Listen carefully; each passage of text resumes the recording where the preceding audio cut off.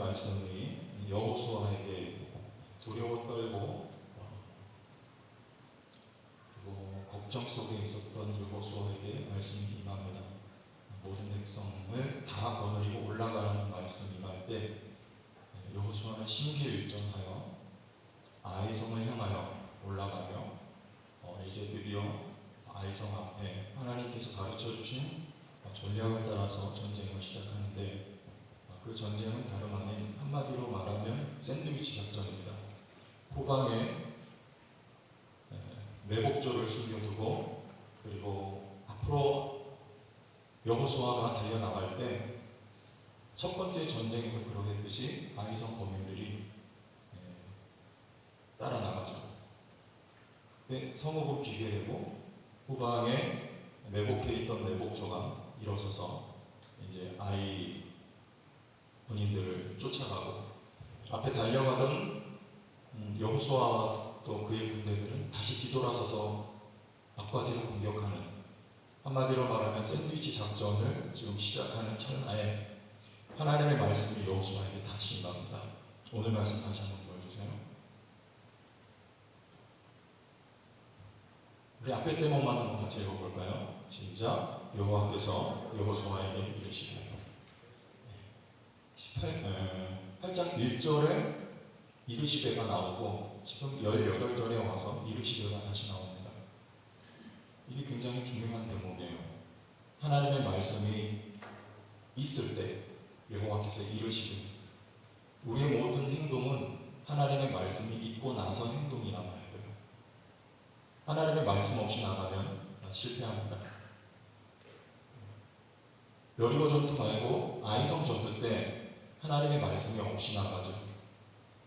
하나님의 말씀이 이르시되가 없었어요. 아이성 전투 때. 이유가 먼저 우리 공부했죠? 무엇입니까? 하나님이 먼저 다뤄야 할 아간이 다뤄지기를 하나님은 원하셨어요. 그게 먼저죠. 그런데 이스라엘 백성들은 아간이 아니고 아이성 먼저 정복하는 것이 주된 관심사였습니다. 그래서 하나님의 말씀 없이 덥석 나간 거예요. 어떻게 됩니까? 백전백패. 여러분의 삶의 모든 일을 행하기에 앞서서 이르시되가 있어야 돼요. 하나님의 말씀이 이르러지고 여러분들이 그 말씀을 따라서 나가는 삶이 있어야 여러분 승리하는 삶을 살게 됩니다.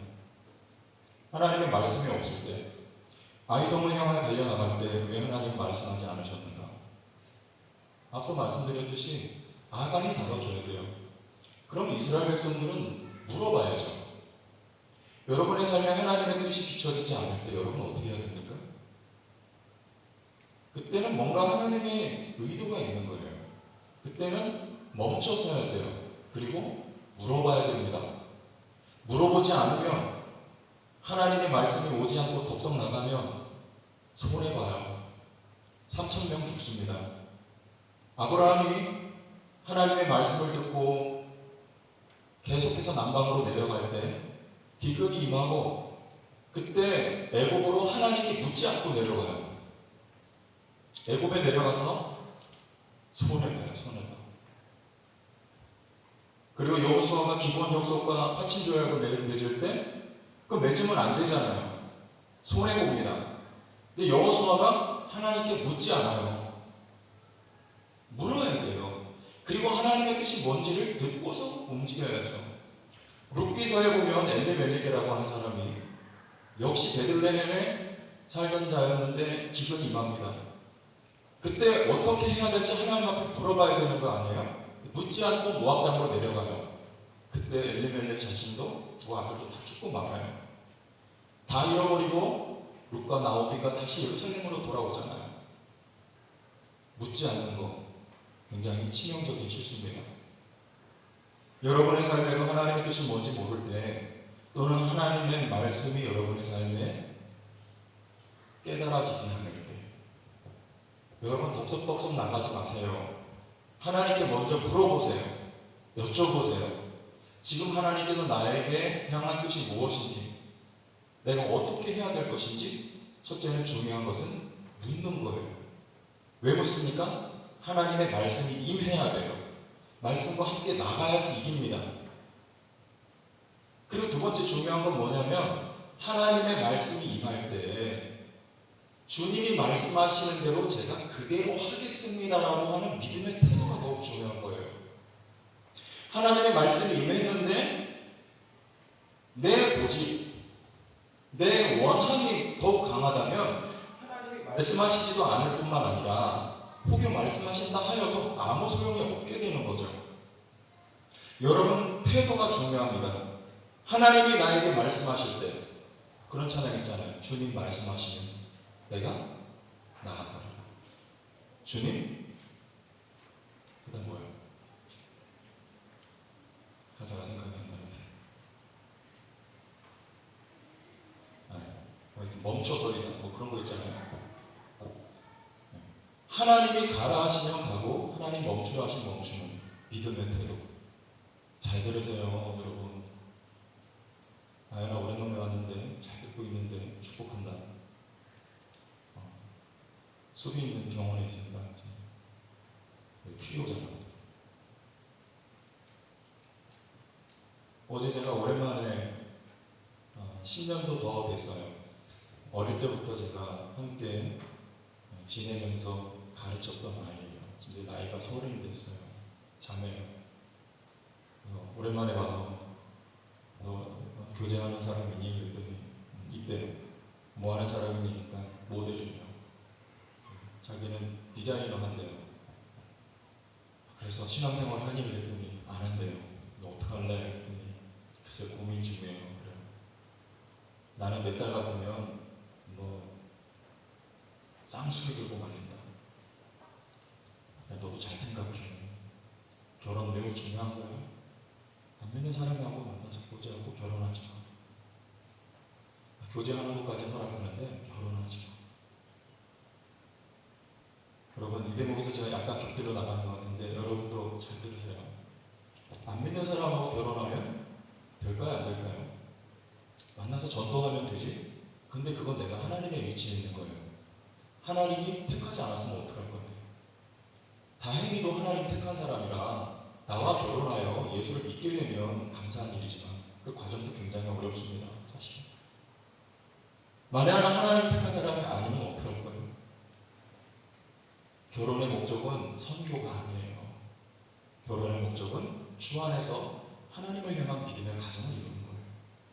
안 믿는 사람 만나면 여러분 자유지만 그 다음에 딸을 대가는 여러분들이 지불할 각오를 하고 하면 돼요. 저는 불신자하고 결혼해서 다행히도 구원받은 사람들을 많이 봤지만 또한 더 많이는 이혼하는 가정도 많이 봤어요. 가치관이 맞지 않고요. 아니 자기 신앙까지 다 까먹어 버리는 경우가 너무 많아요. 그래서 제가 그 친구한테 그렇게 말했어요. 그랬더니 이 친구가 뭐라고 하냐면 그럴까요? 그럴까요? 알겠어요. 저도 그럴 생각이에요.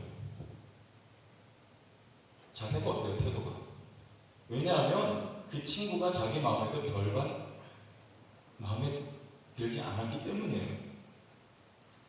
그런데 마음이 반대로 굉장히 흡족하고 마음에 드는 상대였다면 불신자예요. 하나님의 말씀은 믿지 않는 자와 결혼하지 말라는 것입니다. 그런데 그게 들려집니까? 하나님의 말씀이 임할 때 내가 마음에 있는 모든 것이 다 내려놓아진 상태로 하나님이 말씀하시는 대로만 내가 따르겠습니다. 이 태도가 중요하다니까요. 그런데 우리가 왜 그렇게 못하냐면 여러분 여기 연애해본 사람들 혹시 있어요? 부모님이 말해요. 아무리 저요. 너 안 되라고 아무리 이야기하고 뜯어 말려도 그 말이 들리지를 않습니다. 사랑 같지 않은 사랑이라고 하는 감정에 빠지면 그렇게 돼요. 왜요? 내 마음은 이미 그쪽으로 빼앗겨 있는 거거든요. 그쪽으로 향하고 있는 거예요. 그때는요, 하나님의 말씀이 뭐라고 해도 들리지를 않아요.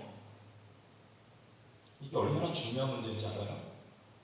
우리의 마음이 어디를 향하고 있느냐, 우리가 누구를 사랑하고 있는가의 문제입니다.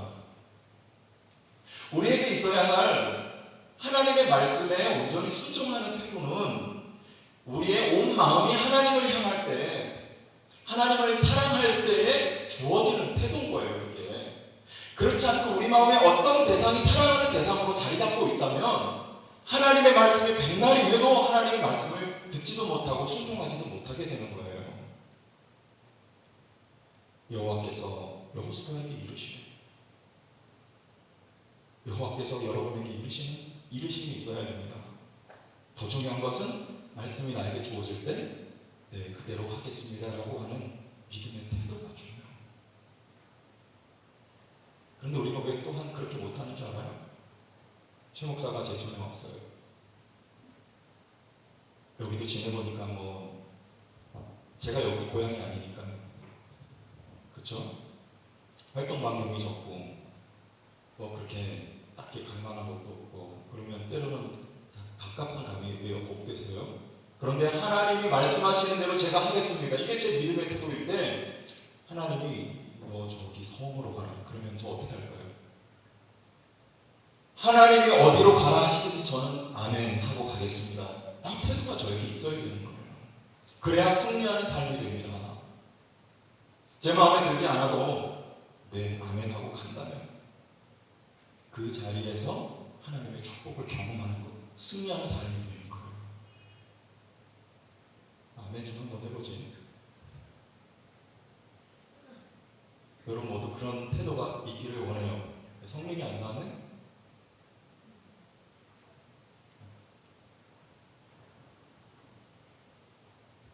여호와께서 이르시되, 여러분 이렇게 최 목사가 하는 말이요, 제 말이 아니라 하나님 말씀인데 지금 별로 안 와닿을 수도 있어요. 그런데 이렇게 흘려 듣지 말고 잘 들어봐요.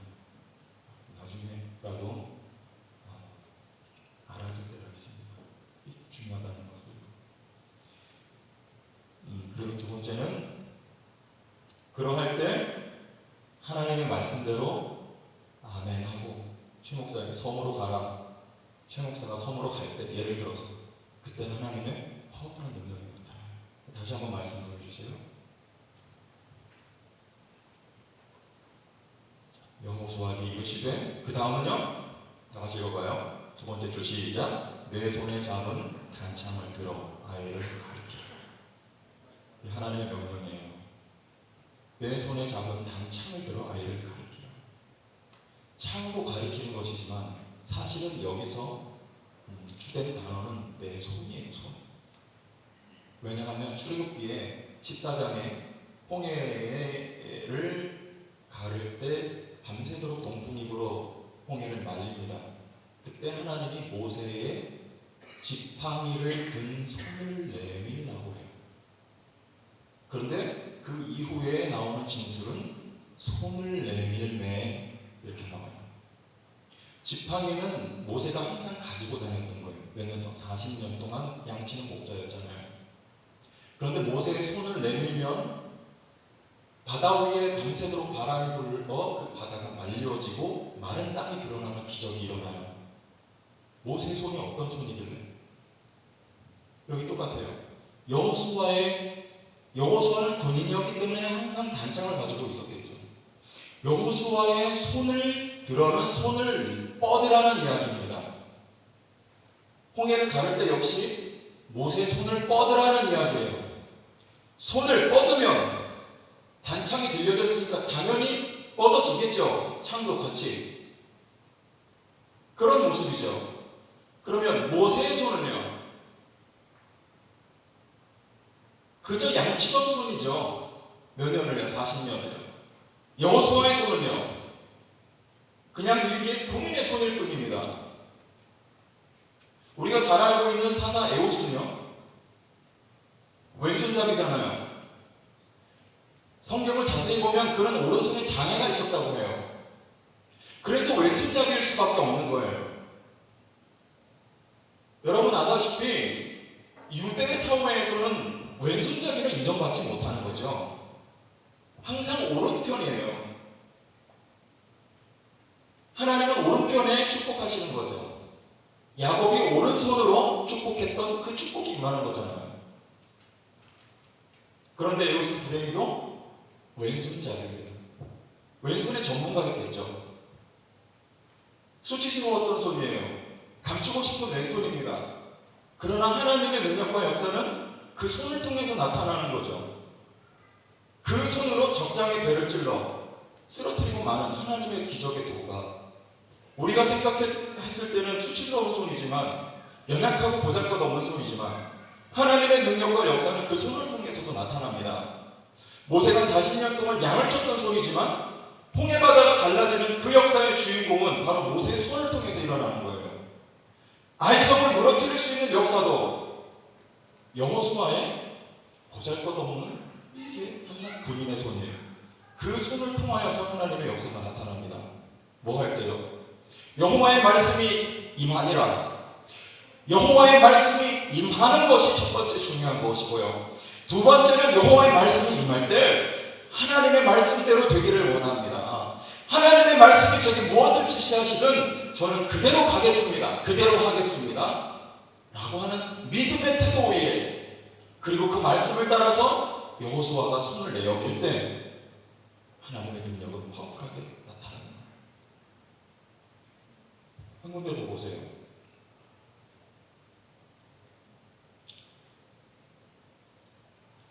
우리 오늘 읽은 8장 26절인데요. 성경 있는 사람들 눈으로 이렇게 보세요. 미리 부탁하지 않았기 때문에 나오진 않습니다. 26절 어떻게 됐나 보세요. 찾은 사람 같이 읽을까요? 시작. 아이 주민들을 진멸하여 바치기까지 여호수아가 단창을 잡아든 손을 거두지 않아요. 여호수아는 지금 싸웠습니까? 안 싸웠습니까? 전쟁을 시작할 때부터 여호수아는 그 손을 내밀고 창을 아이성을 향하여 들고 있는 그 자체로 언제까지? 전쟁이 끝날 때까지 여호수아는 나가서 창을 휘두르거나 던지지 않고 싸우지 않아요. 누가 싸워요? 그 밑에서 군인들이 싸워요. 능력은 누굴 통해 나타나는 거예요? 여호수아의 보잘것없는 손을 통하여 하나님의 능력이 나타나는 거예요. 누가 싸우는 겁니까? 하나님이 싸우시는 것이죠. 하나님의 말씀에 순종하여 나갔던 여호수아의 손을 붙들고 하나님이 싸우시는 거예요. 이것은 일상이죠. 모세의 일상이에요. 40년 동안 모세의 손은요, 그저 양을 쳤던 목자의 손입니다. 여호수아의 손은 그저 군인으로서의 일상의 손이에요. 하나님은요, 여러분이 어떤 위대하고 대단한 인물이 되어서 우리를 쓰시는 것이 아닙니다. 내가 나 자신을 바라볼 때 그저 우리는 평범하게 있는 위치에서 살아가는 우리의 삶이에요. 일상이에요. 그 일상을 반복하지만 우리에게 언제 하나님의 능력과 역사가 나타나는가? 하나님의 말씀이 우리에게 임할 때, 그리고 나의 믿음의 태도는 말씀대로 되기를 원합니다 라고 하는 믿음의 태도가 되어질 때 여러분의 일상은 하나님의 능력의 도구가 된다는 거예요. 누가 비범한 사람입니까? 평범하지만 하나님의 말씀에 접촉된 자, 그리고 그 말씀에 이끌려가는 사람, 그가 비범한 사람. 기억하세요. 그러나 이것은 또 한편으로 프로페셔널, 전문성이라고 봐도 무방합니다. 여러분, 모세가 40년 동안 양을 쳤으니까 양을 치는 일에 있어서는요, 40년 기술을 연마했으면 가르칠 수 있을 만도 하고 그 이상이 되겠죠. 여호수아는 언제요? 모세 때부터, 이스라엘 백성이 40년 광야를 방황할 때부터 여호수아는 군인으로서 전쟁을 했던 사람이에요. 그러면 여호수아는요, 전쟁 기술에 있어서는요, 탁월한 사람이에요. 다윗은요, 물맷돌을 사용하는 데 있어서는요, 타의 추종을 부한 사람이 다윗이에요. 왜냐하면 항상 다윗은 그것을 했기 때문에, 목동이어서. 그럼에도 불구하고 하나님의 말씀에 의하여 나가지 않으면 아무 소용이 없습니다. 여러분이 공부를 많이 해야 되고 갖출 것들을 많이 갖추지만 그것만 가지고는 하나님의 능력의 도구가 되지 못해요. 갖춰진 것 위에, 여러분이 전문성 위에, 여러분이 소유하고 가진 것 위에 절대적인 하나의 요건은 뭐냐면 하나님의 말씀이 임하고, 그리고 그 말씀이 나에게 수용되어질 가진 것이지 하나님의 나라를 위하여 살면 되는 거. 베드로가 어부였죠. 전문가였습니다. 누가 베드로에게 고기 잡는 기술에 대해서 가르쳐 준다고 나오면 베드로는 코웃음을 칠 만한 전문가예요. 그러나 그가 밤이 맞도록 수고했지만 물고기를 얻지 못했어요. 그때 예수께서 배 오른편에 그물을 내리라고 말씀하시잖아요. 하나님의 말씀이 임하기 전에는 허탕치는 거예요. 그러나 주님의 말씀에 의지하여 그물을 내릴 때 기적이 나타나는 거예요. 그물이 찢어지는 물고기를 잡아 올릴 수 있게 되는 것이죠. 언제요? 여러분이 가지고 있는 것 위에 하나님의 말씀이 절대적인 요소라는 것을 기억하세요. 그러므로 여러분의 태도는요, 주님 말씀하옵소서 내가 그대로 하겠나이다. 이 태도가 되어져. 한 가지 더 말씀드리죠. 다시 한번 말씀을 보여주세요.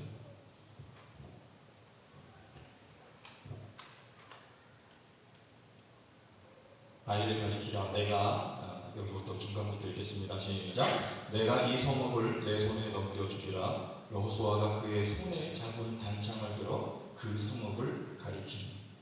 이거 영어 성경으로 한번 보여주세요. 굉장히 머리가 갑자기 복잡해지면서 맨 마지막에 in his hand toward the sea. toward는요 향하여인데 운동의 방향이잖아요. toward. 아이를 향하여. 지금 여호수아는 아이를 향하여 방향이 결정되고 백성들은 그 방향을 향하여 달려나가는 거예요.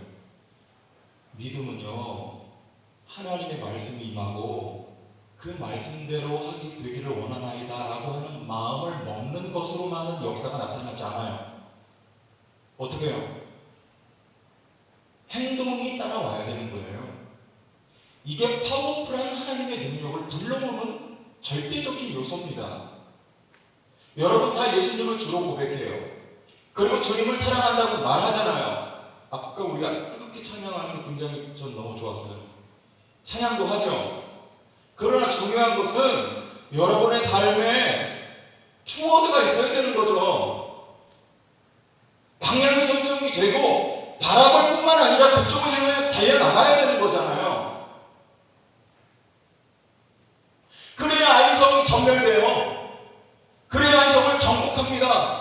바라만 보고 소망만 하고 마음만 먹어서는 하나님의 역사는 나타나는 게 아니잖아요.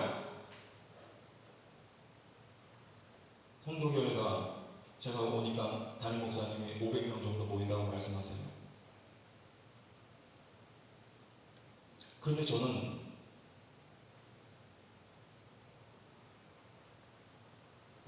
또 목사님 강증을 들으면서 목사님이 부임하시고 3년인가 4년 만에 400명 돌파 이렇게 됐다고 하는 말씀을 들었어요. 폭발적인 성장입니다. 왜 그런지 아세요? 이유를? 저는 저만의 생각이고 저만의 믿음이지만 저는 그것이 이유라고 확신을 해요. 어떤 이유가 어떤 그 이전에 어떤 일이 있었는지 여러분 들어서 아시나 모르겠는데 여기 이성호 목사님 부임하시기 전에 앞에 목회하셨던 교회가 제가 듣기로는 400명 정도 모였던 교회예요. 그런데 제천에 이제 이 성도교회에 어떤 집회를 인도하러 오셨던가 설교를 하러 오셨는데 그때 당시는 한 20명 정도 남짓 모였던 교회라고 합니다. 목사님 집회하고 나서 성도들이 목사님한테 그렇게 요청했는데 목사님 우리 교회 와주시면 안 됩니다. 저 같으면 어떻게 했을까요? 어림없는 소리예요. 내가 지금 목회하고 있는 교회가 400명이 모이는데 그거 다 내려놓고 20명 모이는데 오라고요?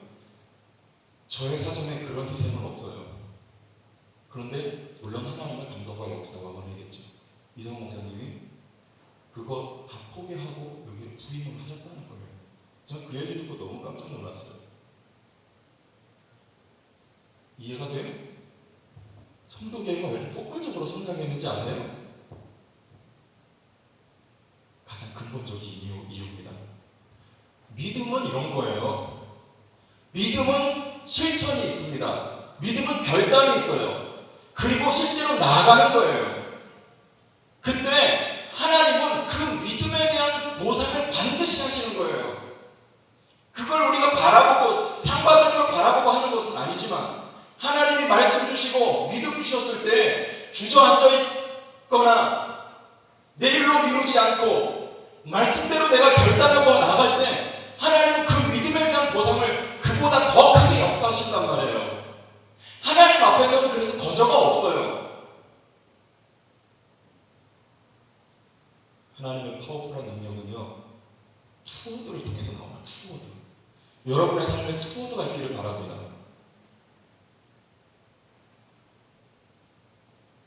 결단이 있어야 돼요. 난 여러분에게 결단을 촉구하고 싶어요. 손해볼 줄 알아야 돼요. 400명을 포기할 줄 알아야 됩니다. 하나님 앞에서 내 마음이 원하는 것과 지금 내 앞에 당장 그 급한 일과, 그러나 하나님 기뻐하시는 일이 놓여져 있다면, 나를 위해서는 당장 이 앞에 있는 것을 내가 잡고 싶지만 포기할 줄 아는 믿음, 손해볼 줄 아는 믿음, 버려질 줄 아는 믿음, 그 믿음이 여러분에게 있어야 돼요. 오늘 이 시대의 청년들에게요. 그럴 때 하나님의 능력과 역사가 여러분의 삶에 경험되는 거예요. 제 집사람이 화내지 말라고 했는데 자꾸만 화를 내는 것 같아서.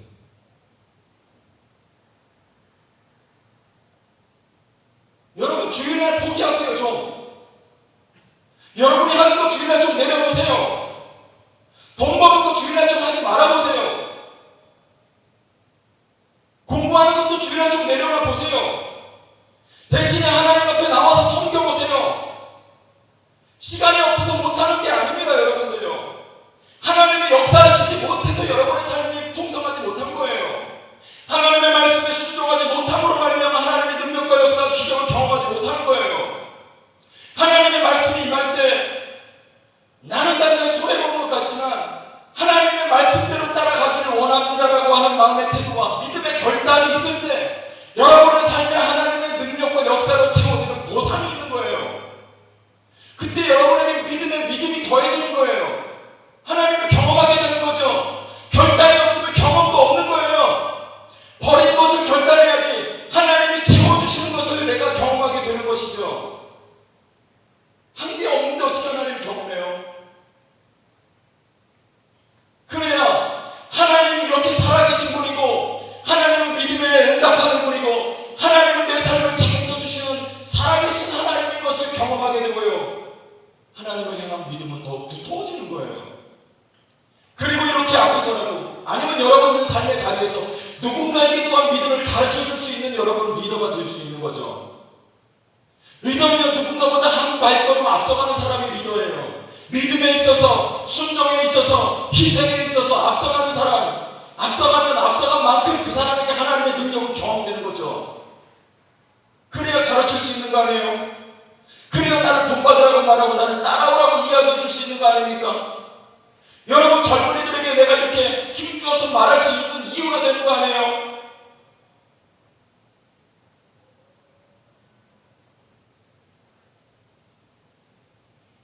여러분들, 포기할 줄 아는 믿음이 여러분에게 있어야 돼요. 여러분이 아무리 열심히 공부하고 아무리 많이 가지고 소유해도 하나님의 말씀에 의한 여러분의 삶이 아니면 베드로가 밤새 허물 긴 것 같죠. 하나님의 말씀이 임할 때 기적이 나타나는 것. 임한다는 말은 나에게 하나님의 말씀이 임할 때 마음으로 수용하고 삶으로 그것을 결단하고 행동하며 나갈 때, 투어드가 여러분의 삶에 있을 때 하나님의 능력이, 하나님의 역사하심, 오늘도 살아계셔서 일하시는 하나님의 능력이, 오늘도 살아계셔서 역사하시는 하나님의 능력이 여기 앉아있는 여러분 모두에게 나타나게 될 것입니다. 아멘. 한 사람 아멘. 아멘. 네, 믿음의 성도로서 여러분이 부탁합니다. 포기할 줄 아는 믿음 가지세요. 기도하겠습니다. 하나님 아버지,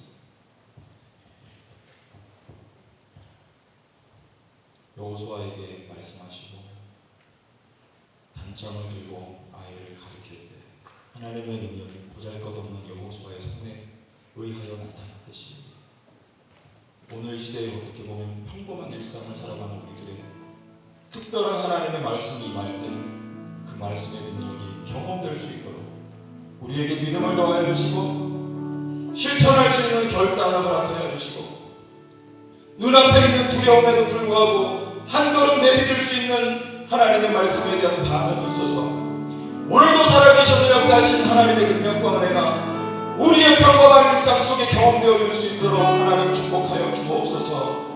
예수님 이름으로 기도합니다.